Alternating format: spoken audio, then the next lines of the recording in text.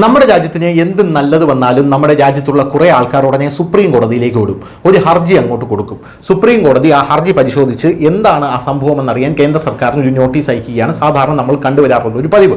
അതാണ് റഫേലിന്റെ കാര്യത്തിൽ സംഭവിച്ചത്. റഫേൽ എന്ന് മേടിച്ചപ്പോൾ ഇന്ത്യ യഥാർത്ഥത്തിൽ മേടിക്കുന്നത്, പ്രേക്ഷകർ മനസ്സിലാക്കേണ്ടത്, റഫേൽ വിമാനം മുഴുവനായി പാകിസ്ഥാന്റെ കയ്യിൽ, ഫ്രാൻസിന്റെ കയ്യിൽ നിന്ന് മേടിക്കുകയല്ല.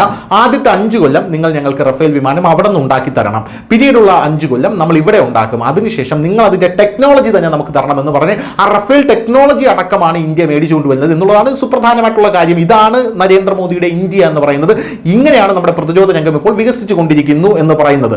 ഈ റഫേൽ വിമാനം അന്ന് അവിടെ നിന്ന് മേടിച്ച് ഇവിടെ കൊണ്ടുവന്നപ്പോൾ ഇവിടെ അത് ഉണ്ടാക്കുന്നതിൽ വലിയ അഴിമതി ഉണ്ടെന്നും ഈ റഫേൽ മേടിച്ചതിൽ വലിയ അഴിമതി ഉണ്ടെന്നും കോൺഗ്രസ് അന്ന് പറഞ്ഞിരുന്നു.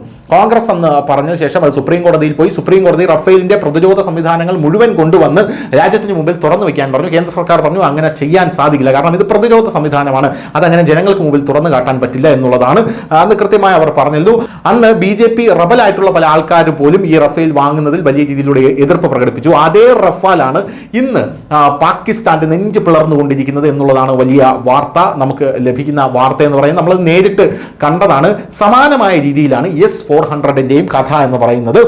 India has threatened with sanctions for purchasing the S-400 missile defence system. അതായത് റഷ്യയിൽ നിന്നും S-400 മേടിക്കാനായി ഇന്ത്യ തീരുമാനിച്ചപ്പോൾ അമേരിക്ക കണ്ണുരുട്ടി. അമേരിക്കയോട് പോടാ പുല്ലേ എന്ന് പറഞ്ഞുകൊണ്ട് ഇന്ത്യ കൃത്യമായി S-400 എന്ന് പറയുന്ന ഈ എയർ ഡിഫൻസ് സിസ്റ്റം മേടിച്ച് ഇന്ത്യയിൽ കൊണ്ടുവരുന്ന ഒരു സാഹചര്യമുണ്ടായി. കാരണം അമേരിക്ക ലോകത്തെ ഏറ്റവും വലിയ ആയുധ കച്ചവടക്കാരാണ്. അമേരിക്കയുടെ ആയുധങ്ങളാണ് ഇന്ത്യ പാകിസ്ഥാനിൽ അടക്കം തകർത്തുകൊണ്ടിരിക്കുന്നത്. F-16 വിമാനമൊക്കെ ഇന്ത്യ വെടിവെച്ചിട്ടു എന്ന റിപ്പോർട്ടുകൾ പുറത്തു വരുന്നുണ്ട്. അപ്പോൾ അമേരിക്കയ്ക്ക് അത് വലിയ നാണക്കേടാണ്. അമേരിക്കയുടെ പ്രതിരോധ ബഡ്ജറ്റും അമേരിക്കയുടെ ഈ ആയുധ കച്ചവടത്തിന്റെ മാർക്കറ്റും എല്ലാം വലിയ രീതിയിൽ ഇടിഞ്ഞു പോകും. എന്നാൽ റഷ്യയുടെ ഇത് കുതിച്ചുയരുകയും ചെയ്തു. കാരണം S-400 ഇന്ത്യ മേടിക്കുകയാണ് എന്നുള്ളത് കൊണ്ടാണ്. S-400ന്റെ 3-4 യൂണിറ്റുകൾ ഇന്ത്യ അന്ന് മേടിച്ചു. അമേരിക്ക ഉപരോധം ഏർപ്പെടുത്തുമെന്ന് പറഞ്ഞു. ഇന്ത്യ മൈൻഡ് ചെയ്തില്ല, നരേന്ദ്രമോദി ചെവിക്കൊണ്ടില്ല എന്നുള്ളതാണ്. BJP റബൽ ആയിട്ടുള്ള സുബ്രഹ്മണ്യൻ സ്വാമി പോലും ഇതിനെ എതിർത്തു. പിന്നെ നമുക്കറിയാലോ, നമ്മുടെ രാജ്യത്തിന് എന്തെങ്കിലും നല്ലത് വരാൻ പോകുന്നു എന്ന് പറഞ്ഞാൽ പാകിസ്ഥാൻ ഏജന്റുമാരായിട്ടുള്ള കോൺഗ്രസിലെ ചില നേതാക്കൾ ഉടനെ വലിയ രീതിയിൽ അതിന് വട്ടം വയ്ക്കുന്ന ഒരു കാഴ്ചയുണ്ട്. അത് ഈ കാര്യത്തിൽ നടന്നു. S-400 കൊണ്ടുവരുന്നത് എന്തിനാണ് എന്നൊക്കെയുള്ള ഒരു ചോദ്യമാണ്. നമുക്കറിയാം, നമ്മുടെ പ്രതിരോധ മന്ത്രിയായിട്ടുള്ള AK ആന്റണി പാർലമെന്റിൽ പറഞ്ഞ മറുപടി നമുക്ക് ഓർമ്മയുണ്ട്. ചൈന അവരുടെ ഇന്ത്യയോടുള്ള ചേർന്ന് കിടക്കുന്ന അതിർത്തിയിൽ റോഡുകൾ പണിയുന്നു, വലിയ കൺസ്ട്രക്ഷൻ നടത്തുന്നു.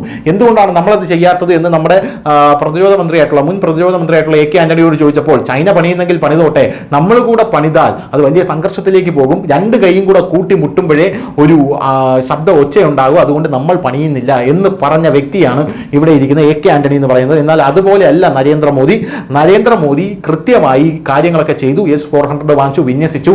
ഇന്ന് അതിന്റെ വില രാജ്യം മനസ്സിലാക്കുകയാണ്. ചില കമ്മ്യൂണിസ്റ്റുകാർക്കും സുഡാപ്പികൾക്കും ഒക്കെ വലിയ വിഷമം കാണും. കാരണം അവർക്ക് വേണ്ടത് ഇന്ത്യയിൽ ഒരു മിസൈൽ വീഴുക എന്നുള്ളതാണ്. ഇന്ത്യയിൽ മിസൈൽ വീഴണം, 100 പേർ മരിക്കണം, അങ്ങനെ നരേന്ദ്രമോദിക്കെതിരെ അവർക്ക് ഇതിനകത്ത് പ്രതിഷേധം തുടങ്ങണം എന്നുള്ളതാണ് അവരുടെ ഏറ്റവും വലിയ വിഷമം എന്ന് പറയുന്നത്. അതുകൊണ്ടാണ് ഈ അളിഞ്ഞ സാഹിത്യമൊക്കെ എഴുതിക്കൊണ്ട് അവർ അവരുടെ ആത്മനിർവൃതി അടയുന്നത് എന്നുകൂടെ നമുക്ക് ഇതിനകത്ത് മനസ്സിലാക്കേണ്ടതുണ്ട്. എന്തായാലും അന്നും നരേന്ദ്രമോദിയെ തെറി പറഞ്ഞവർ ഇന്ന് നരേന്ദ്രമോദിയെ പുകഴ്ത്തുകയാണ്.